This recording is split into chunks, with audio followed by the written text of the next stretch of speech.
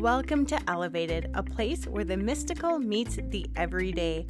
I am Dawn, a stay-at-home mom to a wild and spirited boy, and a guide in the realms of Reiki, Akashic Records, natural healing, and soulful living. Here, we'll talk energy, intuition, spirituality, but also the realness of motherhood, wellness, and creating balance in the chaos of it all. So grab your tea, take a deep breath, and join me as we explore healing, alignment, and the beauty of both the magical and the messy. Welcome to Elevated. Welcome to Elevated. I'm Dawn. How are you doing? I'm doing so well today. I'm recording this on the 18th of March. So we just had the new moon in Pisces as of today. Last night, I was downstairs in my studio and I did a meditation before I went upstairs. I'm working on a class that is Walk into the Wild Side. And I got the goddess Mott. And Mott and I have had a bit of a hard time connecting the last little bit. So I've been working with the instructor on that, went through, did some stuff, and I restarted the class. I was like, that's it. We're going to start meditation number 1 again. And I went through my meditation and it was so profound. I'm really glad that her and I had this harder start. I think I needed it. I think I might have needed the slower time. I think I needed to understand things a lot better. So I went upstairs after my meditation. I did my journaling, all of that, got ready for bed. And I do room share with my son. So I have my own bed in his room. And I get in there and he's wide awake. He's just wide awake. He's laying on my bed, wide awake. And I was like, buddy, what's going on? It's 10 o'clock. Like, what's happening? He's like, I don't know. And he hops up to his bed, which is fine. And he didn't want to go to sleep. He's like, I don't want to sleep. I said, I get it. I said, no one really wants to sleep. And I said, that's fine. I said, you can stay up. I'm just going to lay on my bed and do what I want to do, which is read my book. I always read a book before bed. Usually I try to read a book where it's just fluff and I don't have to remember what's going on or I'm not learning anything. But right now I'm reading a book. Forget the author's last name, but it's by Chanel and it's Collision of Me. And she's on TikTok as Define Your Glow, and she does Reiki. She does Kundalini Reiki, and I've taken her Kundalini Reiki class. Absolutely loved it. I think it really heightened my Reiki experience. And I'm reading her book, and she's going through and explaining just her life. It's a memoir. It was great. It's such a great book. I'm about 75% done the book. So I was like, I'll just read my book. You lay on your bed. That's fine. No, that wasn't fine. So 45 minutes later, after some tantrums, not bad tantrums, but a few tantrums, I finally just lay down and quietly was giving him Reiki. Didn't tell him I was giving him Reiki. And this is something really hard for me because I was taught that I have to receive the permission from the person in order to give the Reiki. However, I also am financially responsible for my child and I am his caregiver. So I also look at it from the Akashic point of view that if I, as the caregiver who is financially responsible for my child, thinks that this would benefit him, I'm able to give that permission. So I quietly gave him some Reiki, just kind of calmed his nerves down. And lately what I've been doing is just really picturing his nerves, and I just see them as electrified nervous system, almost like what you would see in a picture of a brain where they're showing you the neural pathways. So I look at that and then I just take it and I just calm them down. So there's like no electricity coming out of his nerves. And I did that. And I just quietly laid on my bed, really, not trying to get frustrated that I didn't get to do what I wanted to do, which was read my book. And I laid there, and before I knew it, he was sound asleep snoring. So I give it some minutes, right? I'm not just going to start reading my book right away. I'm not going to go grab him a blanket because he doesn't even have a blanket on him. I was like, we'll give him about 15 minutes of a good solid sleep. I do that. I grab his quilt, I put it on him, and I read my book for a little bit. And while he was having this hard time and he was crying and he just didn't know what he wanted, I said to him, buddy, it's okay. I said, it's the new moon. It's the new moon in Pisces. I said, Pisces is a water sign. I said, you are a Pisces. You are a water sign. I said, the moon is ruled by water. I said, so we have 3 massive water signs right now, and I'm a water sign as well. I'm a Cancer. So I was like, I understand the emotions that are coming. It's going to be emotional and it's fine. I said, just take the time, let the emotions out, let what you need to happen, and we can move on from there. And just really being with him and explaining it to him and being in that presence with him so that he could understand, I think helps a lot. And then he got up this morning, and usually what'll happen is he'll come down onto my bed and he will cuddle with me. And he comes and he lays down with me, and first thing out of his mouth, he goes, "Mom, I have a question." He doesn't really understand the word question yet.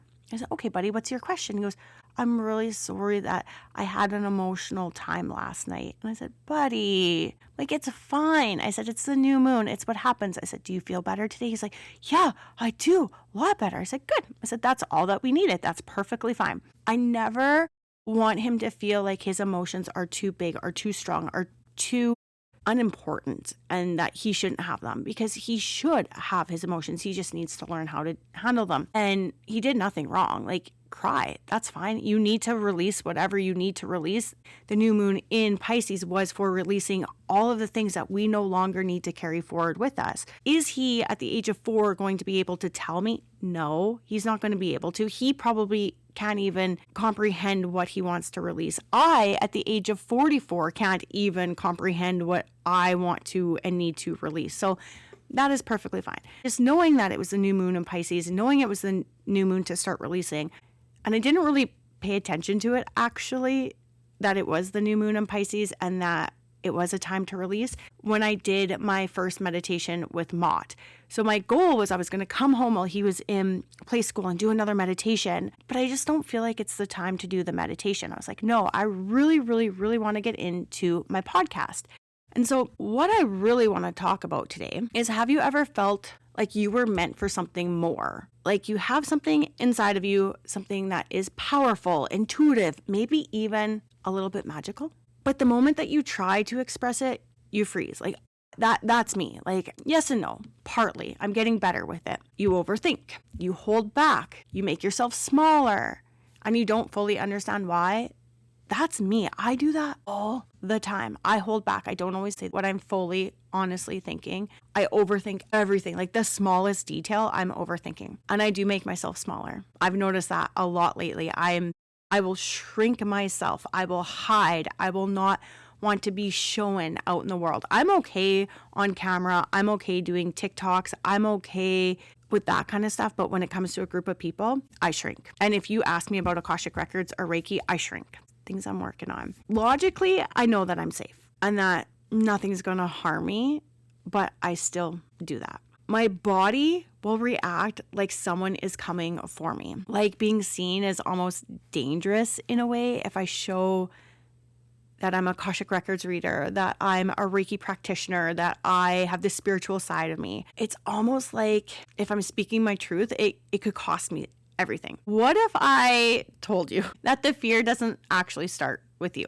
It's that the tightness in your throat, that the hesitation that you share with your voice, that the fear of judgment, oh my gosh, rejection or being misunderstood is something actually much older, much deeper, something that has been carried through generations. This is what we call the witch's wound. A wound rooted in time when being intuitive, outspoken, different, or powerful was not celebrated. It was actually punished. And even though you're no longer living in these times, our nervous system, our energy, our subconscious still remembers those times. So in today's episode, we're actually going to go deep into talking about what the witch's wound really is, where it comes from historically, psychologically, and energetically, and why so many people are feeling it right now. And most importantly, how to begin healing it, either through shadow work, rituals, embodiment, and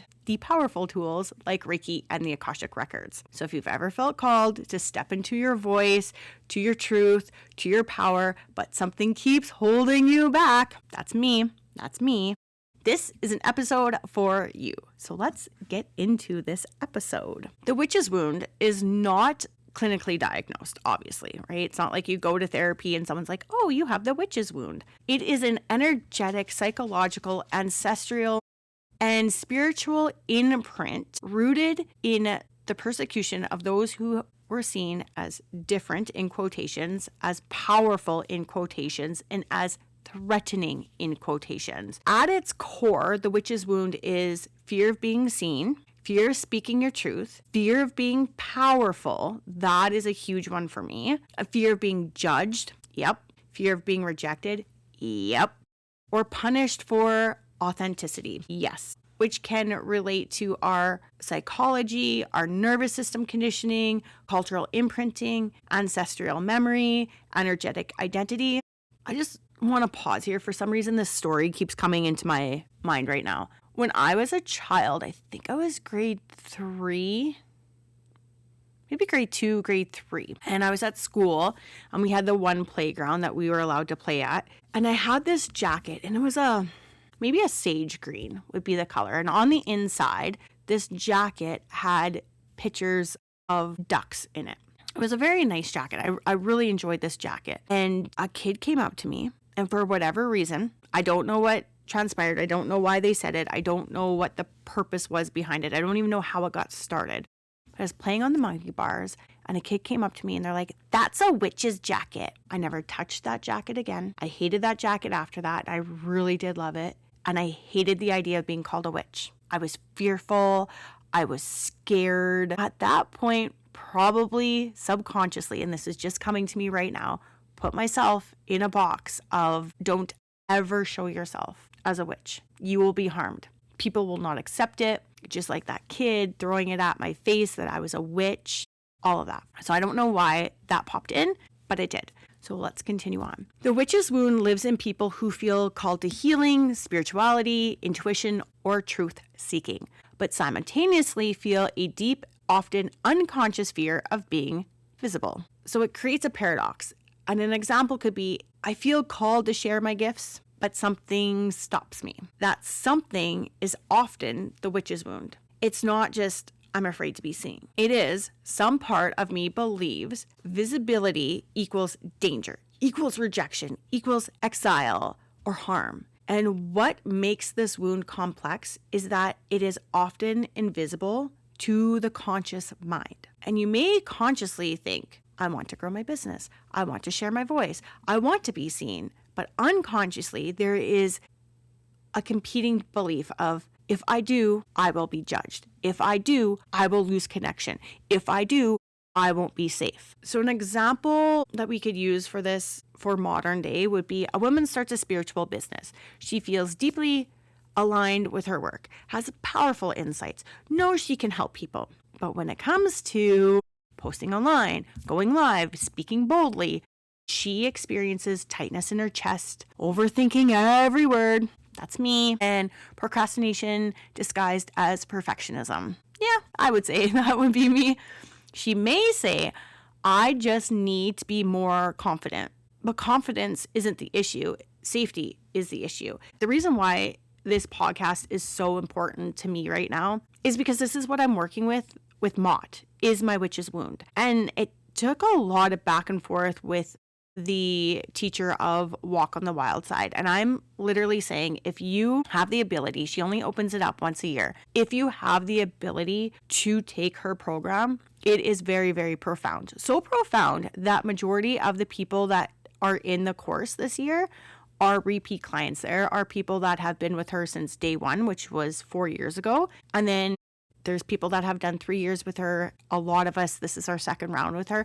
It is amazing. It helps you so much. And Mott, who is the goddess that I got paired with this year, she is helping me see this witch's wound. She is helping me work through this witch's wound so much. And it's been very, I don't want to say scary because scary isn't the right word, but it has been very, well, I've sabotaged myself a lot during it because I was very scared to work through this and to understand. And I just kept getting, do a podcast on witch's wound, do a podcast on witch's wound. And so yesterday I started prepping for my podcast, researching, learning, and doing all the things to understand really what the witch's wound is, because I have a generalized understanding of it, but not a broad overall in-depth understanding of it. So I always need to do research on these topics. And as I was going through, I think that's what really helped me with my meditation was the fact that I understood more what the witch's wound was and what I needed to work on. So that's why this podcast came to be. It's really a place where I can probably reflect a lot during this podcast and explain to you sort of what I'm going through, because I am going through this right now. My podcasts are a way for me to work through that, but it's having a client on my bed and knowing that I'm strong enough, powerful enough, loving, gentle, kind enough to be able to help them through what they need to. It's being able to go into the Akashic records and know that the information that I'm getting is 100% correct and it's what the person needs to hear, and not to overthink everything that I'm telling that person and be like, did I say that right? Did I do this right? Did I? Because I will go back 100 times over and pinpoint every point that I did something wrong.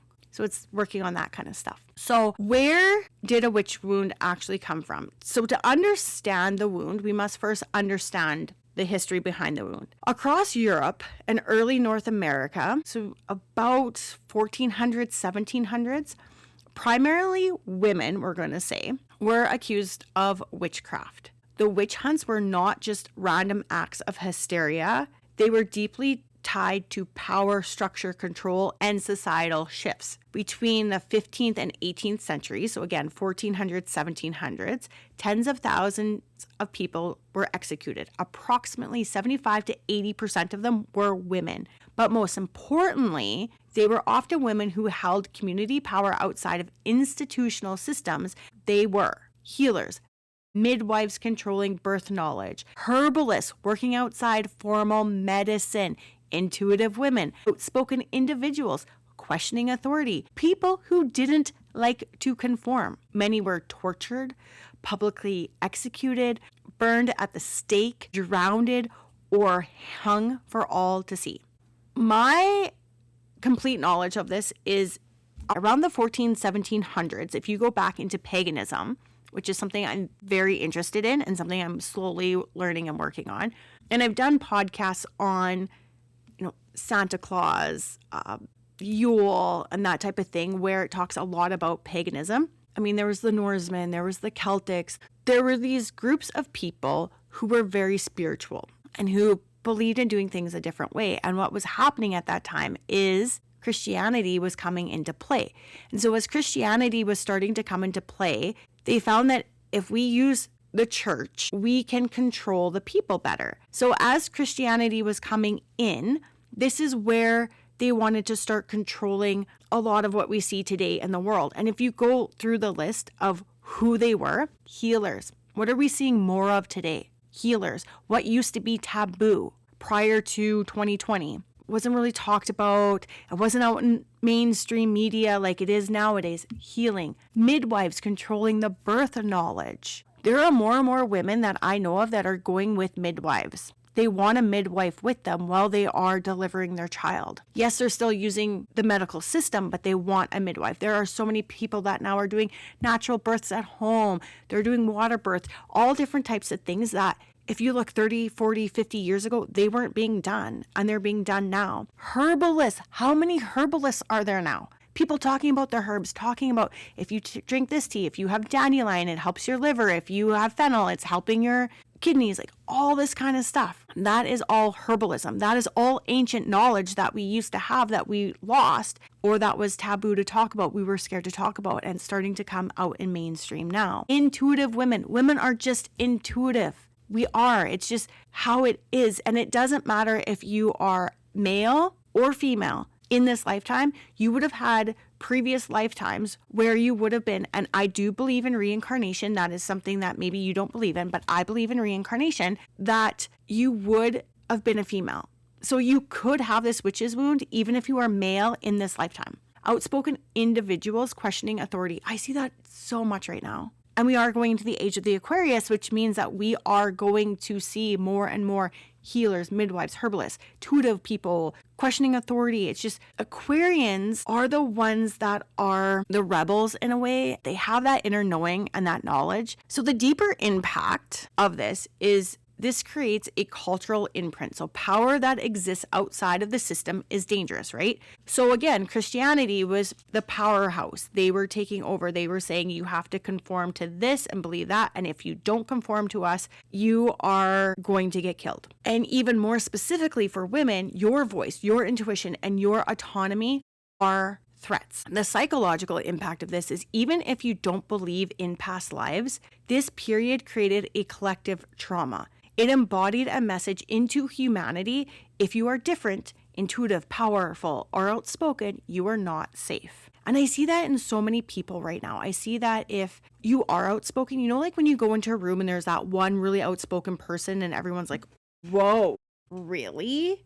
You're such a B, you're such an A. People literally will judge you for being so outspoken. And it's because they're actually fearful that they're not outspoken and they want to be that. They want to have what you have, but they're too scared to do it. Modern research in epigenetics suggests that trauma can influence gene expression across generations. So this is where you look at the ancestral trauma, and ancestral trauma has been talked about quite a bit lately. I feel it's something that is coming up quite often where people are like, we need to heal the ancestral line so that we can change what's going on. So basically you can look at it too. If you had a parent that was very reactive, if you had a parent that was very authoritarian, you do what I say, you were supposed to sit down in the corner, you were to be seen, not heard, you were to be this way, this way, this way, and they kind of put you in that box. And then you as a parent are saying, hey, you know what? I see that my child is a whole being. I see that my child has their own thoughts and they're not being bad. They're just developmentally not at an age that they can handle that.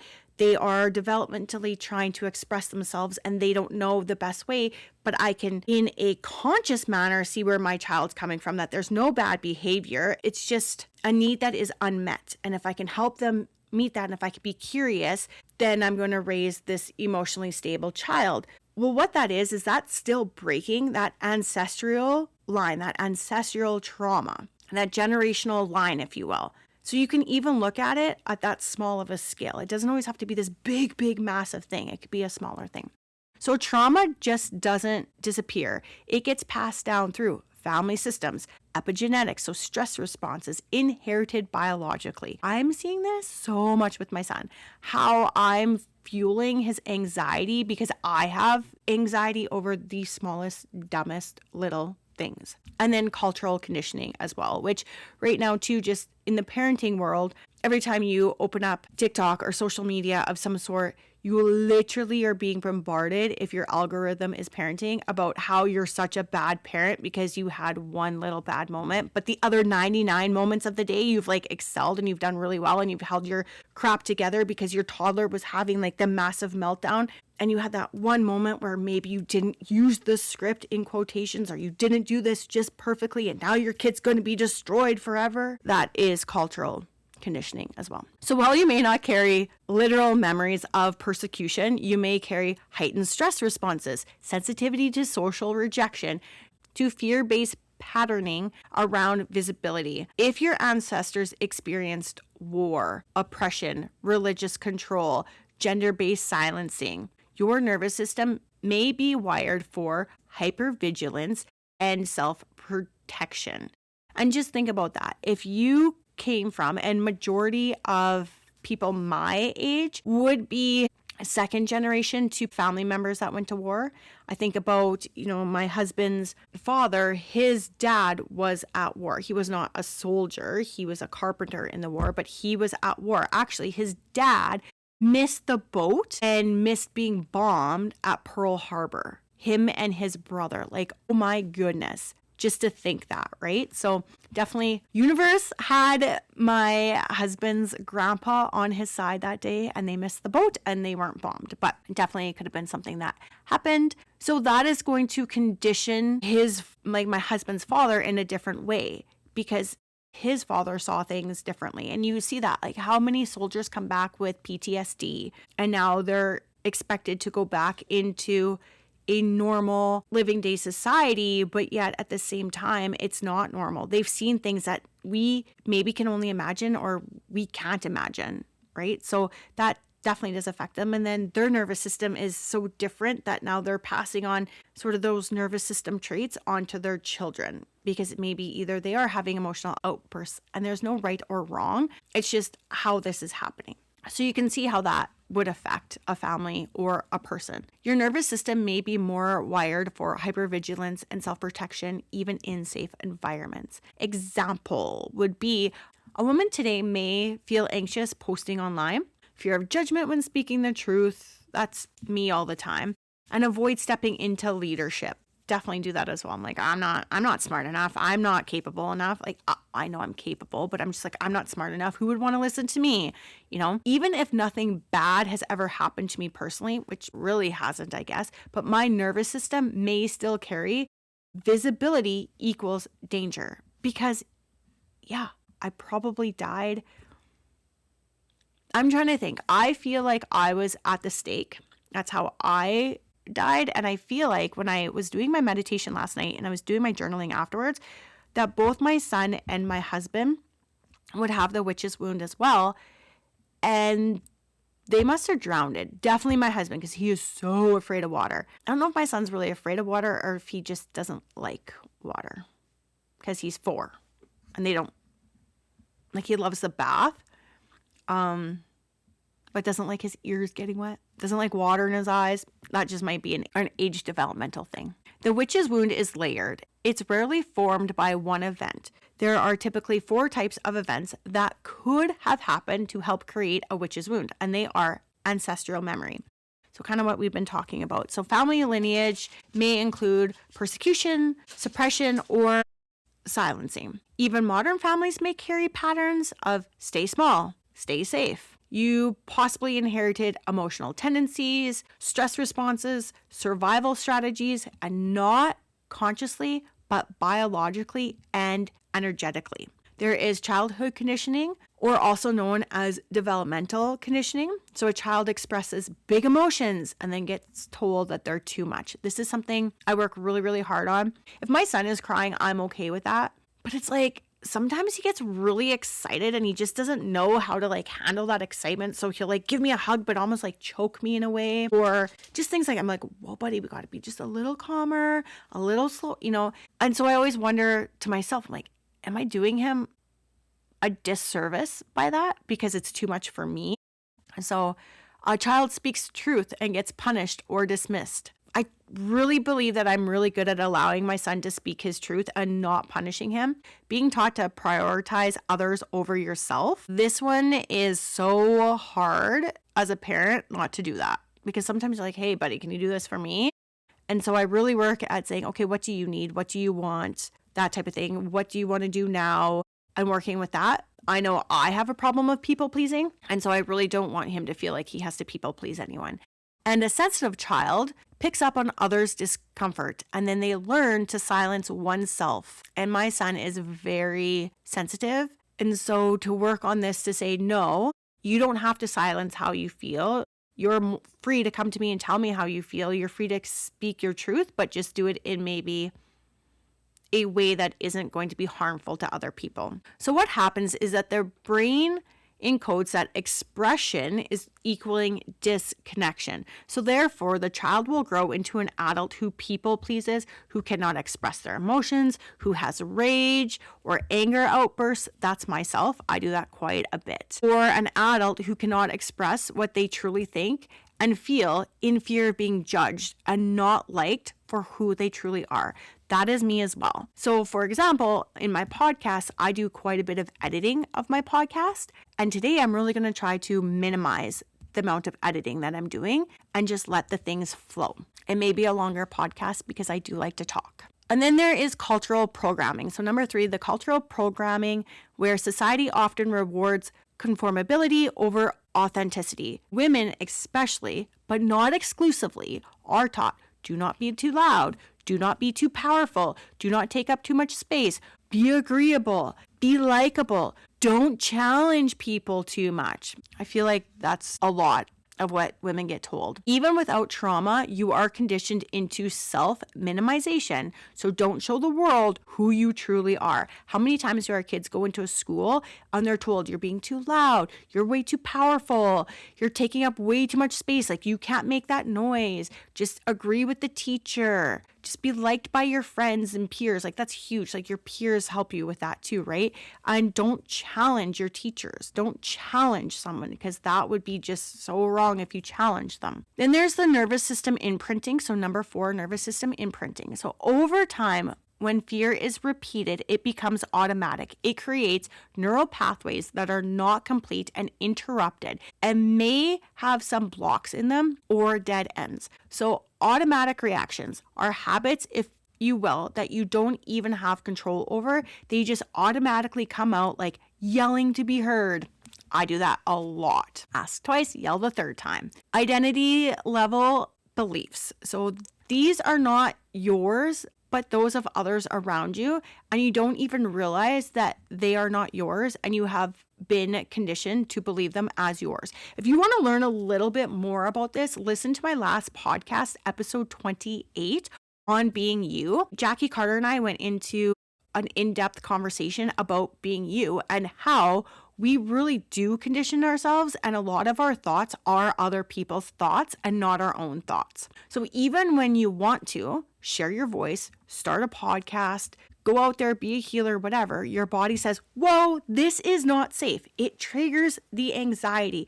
You may not follow through with it because of that anxiety. So speaking truth triggers shut down, and you don't speak your truth in fear of being judged and not accepted by those around you. I do that a lot, especially when, again, someone asks me like, what's Reiki? What's the Akashic Records? And I give them a very blank, short answer, because I'm like, oh my God, are they judging me? Do they think I'm crazy? Do they think I'm woo-woo? Do they think I'm a witch? And I shut it down. If I feel safe with you and I know that you're kind of this way and you are more spiritual and you have that woo-woo side of you, if you will, then I'll go into depth with it. I'll have a great conversation with you. But if I don't really know you, or like my brother-in-law asked me about, I think it was Reiki, maybe it was Akashic Records, and it was a very short, quick answer, because I'm like, I don't know. I don't know if he believes it. I don't know. And I just like literally got paralyzed talking about it. And I shut it down as quick as I can. So these triggers and anxieties happen even if nothing bad has happened to you, but you still feel paralyzed, which is nothing bad has ever happened to me. No one's been like, oh my God. Well, sorry. No, my husband tells me quite frequently that I am crazy. I'm just going to call him out. He's a Pisces moon and he is a Pisces sun. He has 2 Pisces in his chart. I really forget what his rising sign is. I would laugh if it was Pisces. Probably it wouldn't be, but he is really, really intuitive. And so every time he's like, you're crazy, I'm like, you're just shutting yourself down. I'm like, you're so scared of your power. You have such a bad witch's wound. What are some signs that you have a witch wound? You might resonate with some of these if you feel called to help, heal, or lead, but you hold back. Fear being judged, so criticized or attacked. Struggle with visibility, so either social media, speaking out, showing up. Downplay your gifts or intuition. That's what my husband does quite a bit. He'll downplay his intuition. And it's so sad because he's so freaking intuitive. I just look at him like, with me, he's comfortable with it. And I'm like, what does your intuition say? I can be like, well, it says this. I'm like, yeah, okay, we'll just go with yours because you're usually right anyways. And my son, oh my gosh, that kid is so intuitive. Just follow him. There's things that he shouldn't know that he knows. Feel like you have to hide parts of yourself. Experience imposter syndrome, especially when it comes to spirituality. That's me. Again, I don't feel like I know enough. I don't feel like I'm smart enough. I just don't feel like people are going to take me serious, that type of thing. And have a deep fear of rejection or abandonment. Oh my God, my whole life has been rejection or abandonment. That's just been something that I've had to deal with. So an example would be you want to launch your podcast, but suddenly you're overthinking it. You're procrastinating it. You feel anxiety. This isn't laziness, but this is your body trying to protect you. So you're scared to do it because you're like, oh my gosh, what are people going to think? All this kind of stuff. When I started my podcast, number one thing was I was overthinking my cover image so much that I almost wasn't doing it. And finally I was like, just get on Canva, make a quick image. You don't have to stick with it. You can change it. Even 3 episodes in, you can change it, whatever. And if you've noticed on this podcast, I finally sat down and I changed my cover for my podcast because I never liked it. Never once did I was like, yeah, okay, it's good. And I just left it.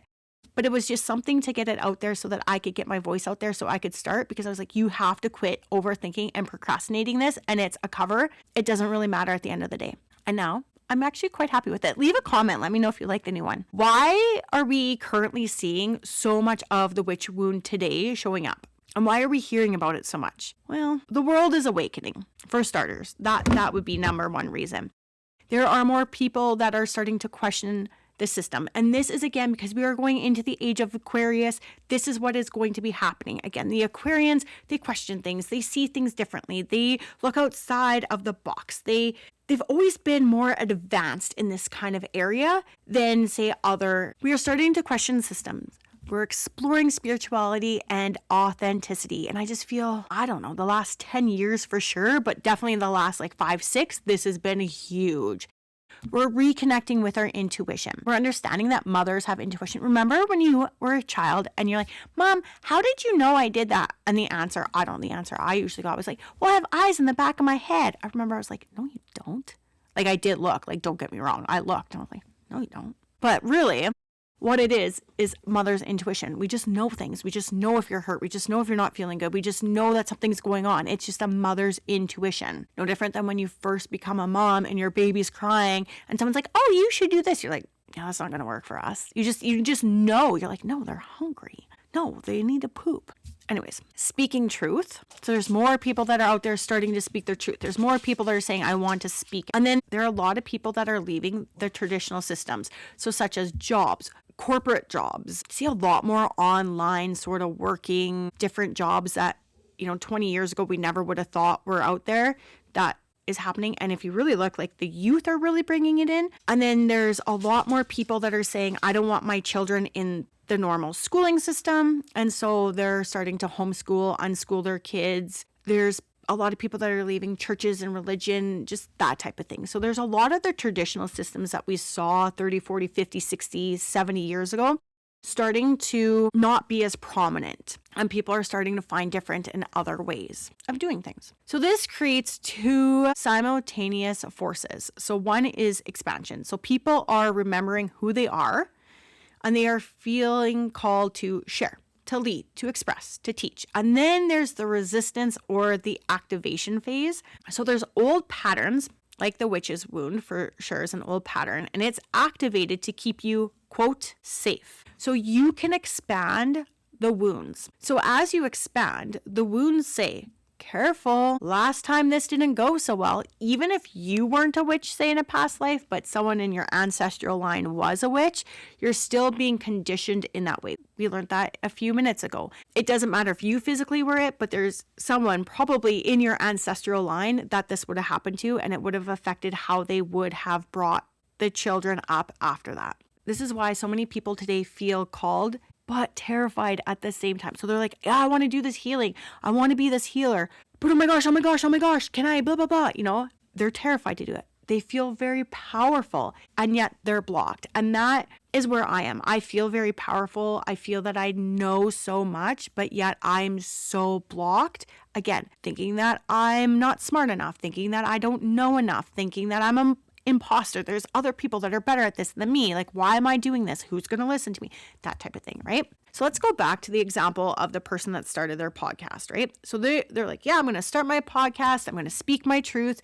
And immediately after, they feel overwhelmed. They start questioning everything. How do I do this? Is this going to work? How am I going to get guests? Blah, blah, blah, blah, blah, blah.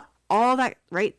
And then they delayed the launching of it because they're scared. They're like, well, as soon as I do this, I'm out there and what do people think I'm woo-woo? And just all this unconscious stuff is going on. Again, it's not failure by any means. It's literally just your nervous system saying, this is new. Is this safe?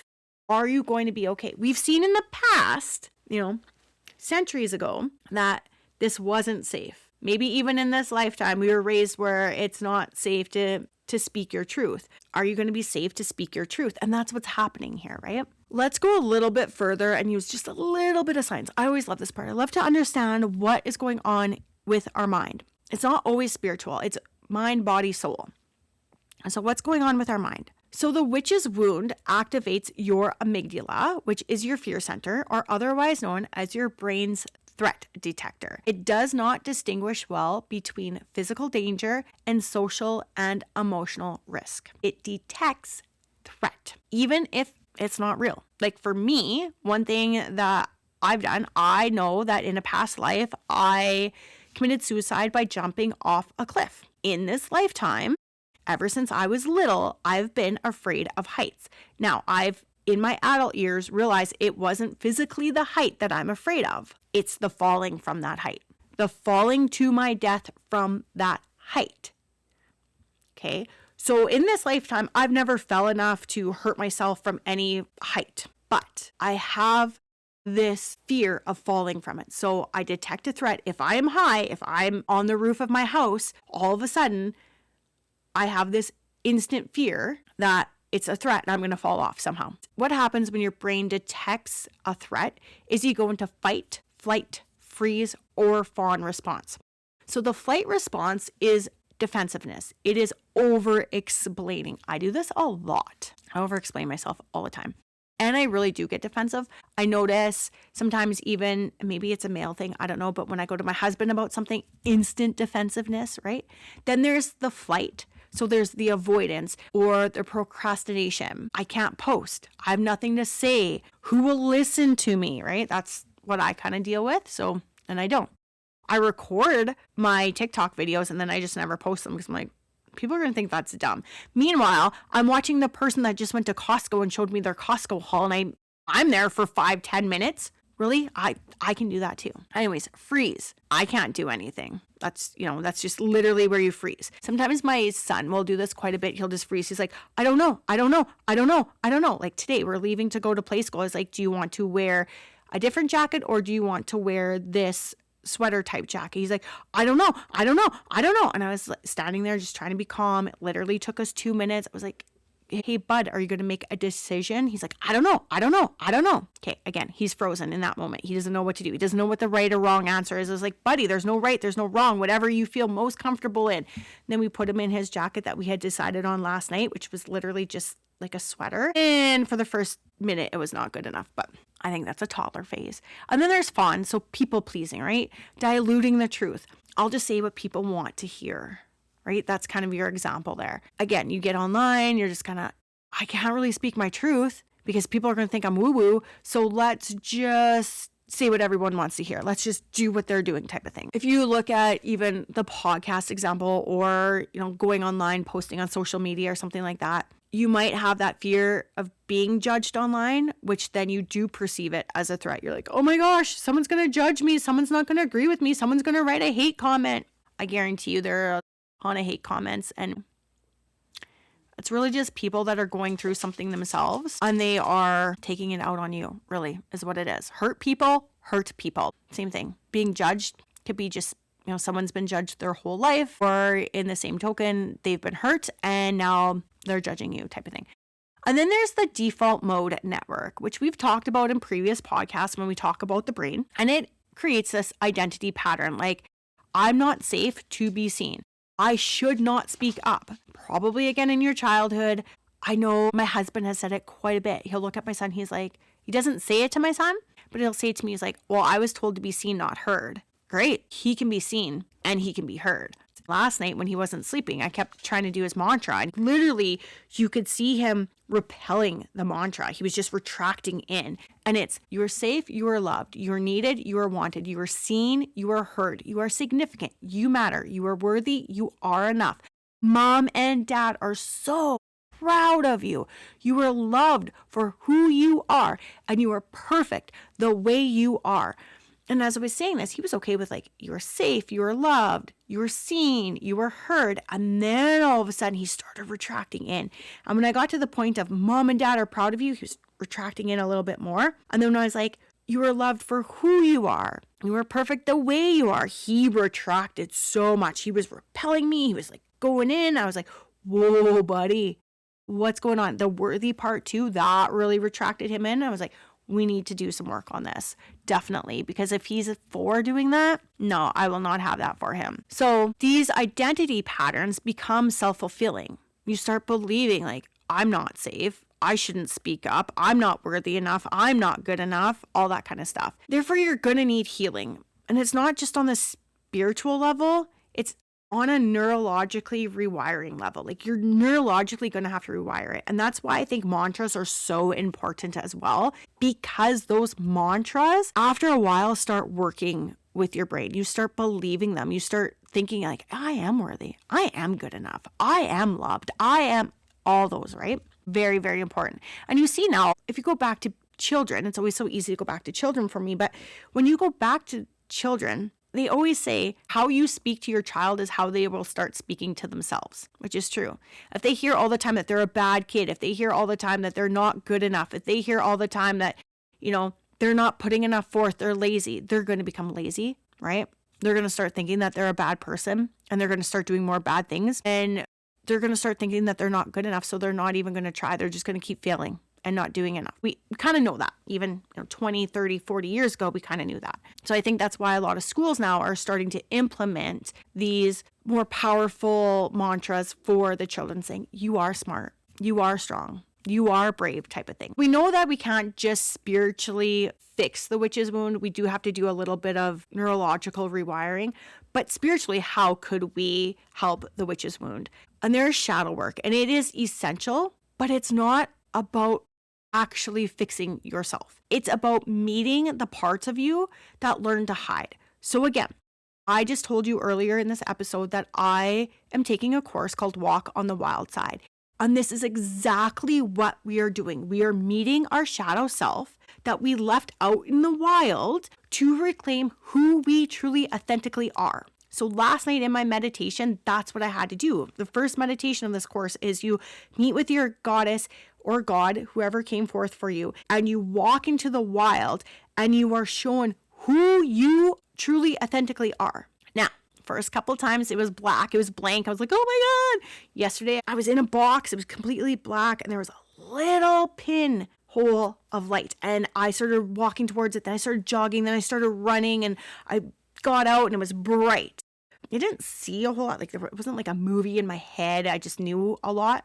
I'm really trying to work on my vision so I can see a lot more, but I get a lot of knowing and feelings. I was going on that and I could place a scene anyways. And I was like, wow, but it took me 3 meditations on the same meditation, 3 or 4, I'm thinking now, to get to that point to say, I'm ready. I'm ready to see my true self, right? Again, it's not about fixing it. You can do some journal prompts. I'm going to take these journal prompts. I'm going to put them in my show notes for you so that you have them, but I'll just quickly read them. But you could write, what am I afraid will happen if I fully show up? When have I been judged or silenced before? What part of me feels unsafe being seen? What am I afraid people will really think of me? What part of me feels too much or not acceptable? If I were fully expressed, who might I lose? Then you can have a dialogue with your inner witch. I love talking, so I usually dialogue a lot of things. Ask your inner witch, your higher self. Ask your subconscious self, what are you protecting me from? When did this fear begin? You may receive some memories. You may receive some emotions. You may have body sensations. This is your healing entry point by doing these journaling and dialogue exercises. So for example, say you did the journaling prompt and you realize, if I fully step into my truth, my family might not understand me. The shadow isn't just of judgment. It's actually fear of losing belonging. All of a sudden, your family may not want you a part of them. All of a sudden, your family may put you off to the side, right? So it's that fear. So really, when you're going into these journal prompts, whatever comes up, maybe dissect it a little bit more. Say, okay, well, it's a fear of being judged. No, let's go into, what does judged mean? What's that? When we really dissect that, what does that really mean? And get into the more nittier, grittier parts of this. It may take a while to do the journaling prompts, maybe do 1 a day and sit with it for 10, 20 minutes and really try to work through it. One thing that I personally love to do when I journal, I love going on YouTube. I love finding a frequency or a binaural beat or even a meditation type of music to go into it. One of my most favorite shamanic drumming meditation music that I use, and it's half an hour. And that drumming beat will actually take you almost into the Akash to help you really get into that more subconscious level, into that level of that deepness. Again, I will put that in my show notes for you so you can find it and use it on YouTube, and just use it while you're journaling. Just put some earphones in, listen to it. Other ways that you can help heal the witch wound is it's going to require repetition and safety and embodiment. Rituals work because they engage the subconscious. They signal transformation and they create emotional closure. So you could light a candle for reclaiming power and say, I release the fear of being seen. I reclaim my voice, my truth, my power, and visualize the past versions of you being freed from that. Then there's an embodiment practice. So healing is not just cognitive. We know that, right? It's spiritual, emotional, and mental, right? You can teach your body that it is safe to fully exist. So example, you could put music on and you can move your body freely. I suck at dancing, so I don't do that, but you can shake, release, express. Again, someone told me I suck at dancing and I've now believed that. Speaking your truth out loud, making eye contact when you talk to others. I'm so bad at that. I don't really look in their eyes. I might look at their face, but I'm not making eye contact with them. So bad at that. Not even my husband. This tells your nervous system it's safe to exist in my body. There's voice activation. So there's the gradual exposure, right? So you can speak out loudly daily. Record yourself. Share small truths first, then slightly bigger ones. You got to build that tolerance up. Safety is built gradually. It's not just going to happen overnight. And then there's the shadow integration. So instead of suppressing the fear, this is what you would say to the fear. You're allowed to be here, but you don't get to lead me. You could always find a course or a shadow work or do the journal prompts. Those are going to help you as well. Again, if you have the ability, take Akasha Awakens Walk on the Wild Side. It is so huge and so profound. It helps you so much. I one day hope that my guides will lead me into be able to create a course of this, not exactly like this, but something of this where I can help people as well work on their shadow selves using their goddesses, gods, that type of thing as well. It is so freaking powerful. I'm so grateful that I took it last year, and then I was hemming and hawing about taking it this year, and I'm so grateful that I just took the plunge and did it. Reiki can also help with the witch's wound. So Reiki works on the energetic body where this wound often lives. So Reiki can help regulate your nervous system, the energetic field, the emotional release pathways. These are key areas for the witch's wound. So the key areas for the witch's wound are going to be your throat chakra for expressing what you want to say, your solar plex, which is your power center, and then your heart, which is your safety in connection. So a lot of times that's where the Reiki is going to go if we're working on a witch's wound. What Reiki can do is it can clear the energetic blocks. It can calm the nervous system. It can release the stored fear and trauma, and it can restore energetic safety. So example, a client comes in and they say, I feel tightness in my throat when speaking. They may experience emotional release through the session, and it may be like crying. It may be that they start talking and they just verbally vomit, all this stuff. These are the signs that the stored energy is actually moving out of the body and it's being released. And then you could do the Akashic records as well with the witch's wound. So the Akashic records are believed to be an energetic library of the soul's history. So the Akashic records is going to help access deep subconscious narratives, archetypal memory, identity level patterns, ancestral trauma. In a reading, you may access past life experiences of persecution, soul contracts around visibility, patterns carried across lifetimes, a past identity of being silenced, a reoccurring theme of hiding. So an example might be that you uncover a lifetime where you were punished for speaking truth. So it's going to create the awareness, which then is going to create the release. And really what we say, like what my teacher has taught us, is that you have to reveal it to heal it. So once you see it, it's no longer going to control you unconsciously. Healing the witch's wound is not about becoming fearless. It's about feeling the fears and showing up anyways. So the new beliefs to anchor in is it's safe to be seen. My voice matters. My truth is needed. I'm allowed to take up space. Fear is present, but it no longer controls you. So for example, before healing, You may have the fear of, I can't post on Instagram. I feel too anxious. After the healing, you may be like, I feel anxious, but I'm still going to share that. I'm still going to post that. That is the power of healing, of revealing it to heal it. You see that this is a pattern, you can now start healing it. You can slowly work at healing it, right? It's a gradual thing, one small step at a time. This is just your reminder. The fear that you are feeling is not your weakness, okay? It's not really real. It's just a memory. And the fact that you are here listening to this podcast, learning about the witch's wound, means that you are ready to break this cycle. It's beautiful. I'm just going to finish off the podcast today. I pulled a card and it's perfect, I think, for this whole podcast. Okay, so I'm using the Soul Helper Oracle deck by Christine Ariana Fader. And I'll post these on Instagram as well. But the card that I got is Live in This World as a Dreamer. Create a Future Paradise. Like, how perfect is that for this podcast, hey?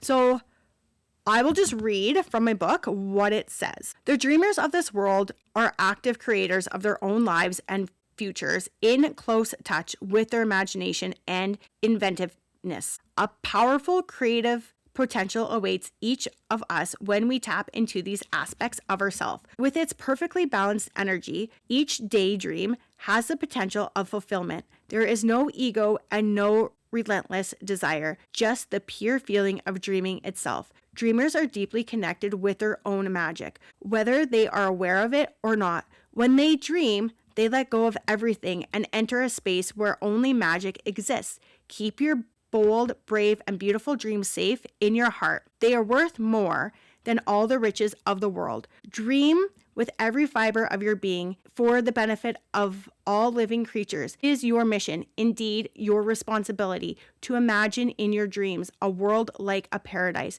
Dream a better world for all. Such a world can ultimately only be created by those capable of imagining it. This is the ancient cosmic law. As within, so without. Only what is within us can be manifested in the outside world. Give your dreams and the images you see in your mind's eye even greater power by expressing them more intensely so that they can guide you towards your potential. This card indicates that you are in a time in which dreams have more creative power than ever before. Your feelings and emotions are the magic that will make your dreams come true more quickly. Make use of their light and give in to your dreams. Dream a paradise for all living things. Visualize it every day and intensify these dreams with the helpers suggested. So the helpers suggested are power animal otter, herbal essential oil sandalwood, and the number 8. So I will post this on my Instagram so you can see how beautiful this card is. And I will put the book portion of it as well on, Instagram, Facebook as well. So you'll have that. So you can always refer back to that. I want to thank you so much for being here today. If you like this episode, please share it. I would really appreciate if you could rate and review this episode. Leave a comment. That would be wonderful. In the comment today, can you leave me some suggestions of what you would like on the podcast? Or if you have any questions, just leave them in the comments as well. And I'm going to start collecting questions for a question and answer podcast. I just feel like it's time that we do that. There's probably maybe a lot of questions about Reiki, Akashic Records, anything like that. Please leave it in the comments for me. If you want to know anything about myself, definitely leave those in the comments. And again, give me some podcast suggestions. This is podcast number 29. And I'm not going to lie, I didn't know if I was going to get this far along, so I'm kind of starting to run out of some ideas. So I'd love to know what you want to hear. So please, again, just leave that in the comments. Like, share, rate, and review. Every time you click that 5-star, so if you are on Apple iTunes, scroll down to the bottom, click the 5 stars. It'll only take a couple of seconds. That helps to generate my podcast and push it out to other listeners so that more people can find my podcast easily. And my goal for 2026 is to literally get this podcast out into more people's hands. I love doing it. I love the information that I'm giving, and I would really, really appreciate if you could help me out by doing that. It is free and it is easy for you, and it just shows the love. So thank you so very much for being here today. I hope that you have a wonderful week, and until next week, thank you for being here.